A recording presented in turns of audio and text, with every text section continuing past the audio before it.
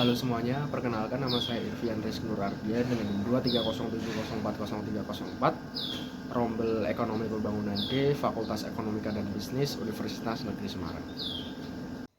Perekonomian dunia mengalami keterpurukan karena adanya pandemi COVID-19 atau yang sering kita sebut virus corona. Virus corona pertama kali ditemukan di kota Wuhan, Cina. Corona adalah virus yang menyerang sistem pernapasan manusia. Virus ini sangat mudah menyebar sehingga menyebabkan angka kematian yang tinggi pada tahun 2020 sampai 2021. Hampir seluruh sektor, tidak hanya sektor kesehatan, sektor ekonomi juga mengalami dampak serius akibat pandemi virus corona.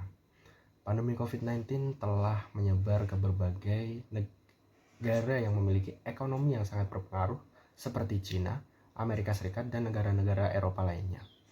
Pandemi ini telah menyebabkan krisis ekonomi global yang ditandai dengan ancaman krisis ekonomi besar. Ekonomi rumah tangga yang merupakan penyumbang terbesar terhadap pertumbuhan ekonomi suatu daerah juga terdampak akibat peraturan social distancing dan pembatasan aktivitas ekonomi. Pandemi COVID juga telah mengurangi aktivitas perdagangan seperti kegiatan restoran, hotel, dan pengusaha retail. Akibat dari pembatasan aktivitas tersebut telah menimbulkan kerugian ekonomi secara nasional. Pandemi COVID-19 menyebabkan banyaknya tenaga kerja berkurang atau kehilangan pendapatan yang berpengaruh pada tingkat konsumsi dan daya beli masyarakat. Pandemi COVID-19 juga menyebabkan kehilangan investasi, termasuk investasi terhadap dunia usaha hingga UMKM. Dalam menghadapi pandemi COVID-19, pemerintah harus menyediakan strategi yang efektif untuk mengelola situasi dan memulihkan ekonomi nasional. Berikut adalah faktor terkait dampak COVID-19 terhadap perekonomian Indonesia. Yang pertama adalah digitalisasi dan e-commerce. Pandemi mendorong seseorang untuk beradaptasi cepat terhadap teknologi. Contoh nyata dari kemajuan teknologi adalah membuat platform digital untuk melakukan transaksi jual beli, pembelian, dan penyediaan layanan jasa secara online. Pandemi tentu mengakibatkan semua orang harus menghentikan aktivitasnya di luar rumah. Maka dari itu, terciptalah sebuah bisnis yang dapat menjangkau konsumen itu sendiri.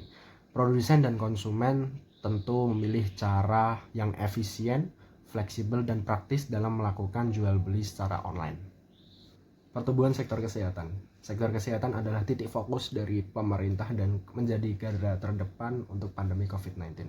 Pandemi memicu peningkatan permintaan layanan kesehatan yang merujuk pada pengobatan dan pendeteksian virus. Tentu saja untuk memenuhi permintaan tersebut, produsen harus memproduksi lebih banyak alat kesehatan seperti masker, APD, sarung tangan medis, dan lain-lain guna untuk antisipasi ke depannya. Selanjutnya adalah dampak pandemi COVID-19 terhadap perekonomian. Pandemi COVID-19 telah memberikan dampak negatif yang signifikan terhadap perekonomian global dan nasional. Hal ini disebabkan oleh berbagai faktor seperti pembatasan sosial dan lockdown yang mengganggu aktivitas ekonomi, terhambatnya rantai pasokan global, dan menurunnya kepercayaan konsumen dan investor. Berikut adalah dampak negatif dari pandemi COVID-19 terhadap perekonomian.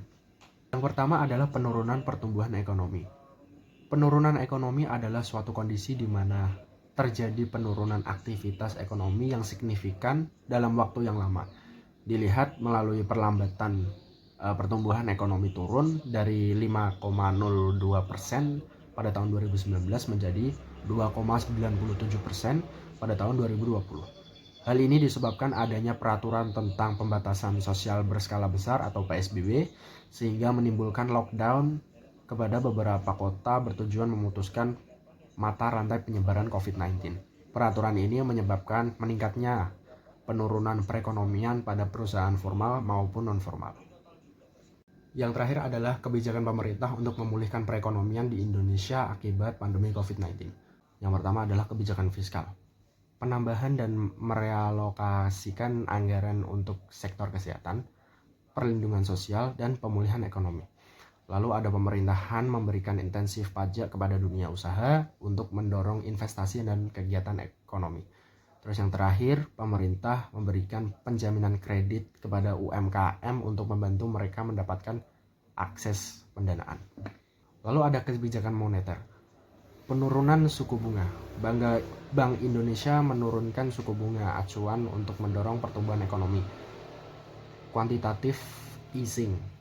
Bank Indonesia melakukan quantitative easing untuk meningkatkan likuiditas di pasar keuangan.